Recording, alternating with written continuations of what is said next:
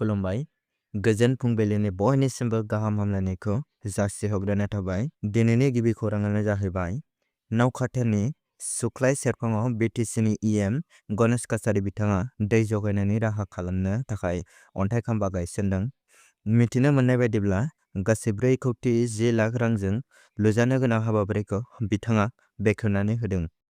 मिथिनो मोननाय बायदिब्ला रायजो सभानि बिसायख'थिनि थाखाय एनडिएनि बिजाथि जागोन महन तेरासा गवाला आरो प्रमद बर' बिथाङा रायजो सभानि थाखाय गाव गावनि फोरमान बिलाइखौ गथायबाय। आसाम पुलिसनि मोनसे फिन आरोबाव जाफुंसारनाय हरनि समाव गुवाहाटीआव आयेन बेरेखायै पिस्तल लाग्रा सेंग्राखौ एरेस्ट खालामदों, जेराव दिसपुर पुलिसआ पिस्तलजों लोगोसे सासे लाइमोनखौ हमनो हायो। हमजानाय दुथांनि मुङा कृष्ण नाथ। बे दुथांनि आखाइनिफ्राय गंथाम गोथां गुलिजों लोगोसे गं 9 पिस्तलबो बाखांनो हायो।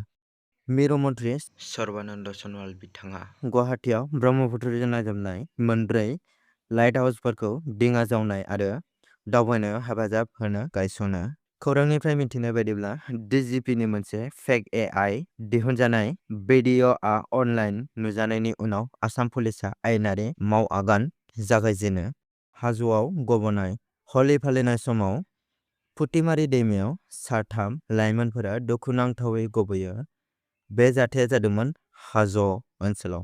मिथिनो मोननाय बायदिब्ला गंसे फाइटार जेटआ जाब्रबथाय जानानै आसामाव गोग्लैदों। जाथाया जादोंमोन कार्बि आंलं जिल्लानि सखिहला ओनसोलनि निलिप ब्लकनि गोजौ हाजो ओनसोलाव गंसे दावहारि बिरखंआ जाब्रबथाय जायो। गिबि रिपर्टनि बायदिब्ला बे बिरखंआ सुखिय सु-30 MKI फाइटार जेट होननानै मिथिनो मोननाय जादों, जाय जरहाटनिफ्राय बिरलांदोंमोन। खौरां मोननाय बायदिब्ला बे बिरखंआ राडारजों सोमोन्दो गैयै जानानै बिरखंआ गोमाना दंमोन। फ्लाइट लेफ्टिनेन्ट पूर्वेश दुराखरजों लोगोसे भारतनि एयार फर्सनि सानै पाइलटआ हरनि फोरोंथाय मिशननि समाव कार्बि आंलंनि हाजो ओनसोलाव जाब्रबथायाव जिउ गोमायो। भारत हादरनि मोनसे गोजोनथाव खौरां मुम्बाइनि वानखेड़े स्टेडियामाव थांनाय सानखालि जानाय आईसीसीनि T20 बुहुम कापनि सेमि फाइनेल गेलेनायाव भारतआ इंलेन्डखौ 7-रानाव फेजेननानै फाइनालाव सौहैनो हाबाय आरो फाइनाल गेलेगोन फैगौ मार्च दाननि 8 खालार 2026 आव भारत आरो निउजिलेन्ड हादोरनि गेजेराव, जेराव गुजरातनि आहमेदाबादआव थानाय नरेन्द्र मदि स्टेडियामाव जागोन। इराननि सायाव आमेरिका आरो इजराइलनि दावहाया 7थि सानाव हाबबाय। बावैसो सिगां जालांनाय गाग्लोबनायाव इराननि जौसिन दैदेनगिरि आयातुल्लाह आली खामेनीनि बुथारनायनि उनाव बे दाङाबाजिया मोनसे गिख्रंथाव थासारियाव आगान होदों। इजराइल आरो आमेरिकानि एयार स्ट्राइकआ हरसे तेहरान आरो बेरुतआव गाग्लोबो।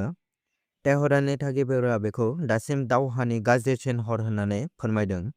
इरानआ फिन साजा होखारनो तेल अबिबनि बिखाजों लोगोसे कटरआव थानाय अल उदेद एयार बेस आरो बहरैनआव इजराइलनि राजथान्दै थाग्राखुलिखौ नोजोर होनानै मोनसे जर'खायै मिसाइल आरो ड्रन अपारेसन खालामो।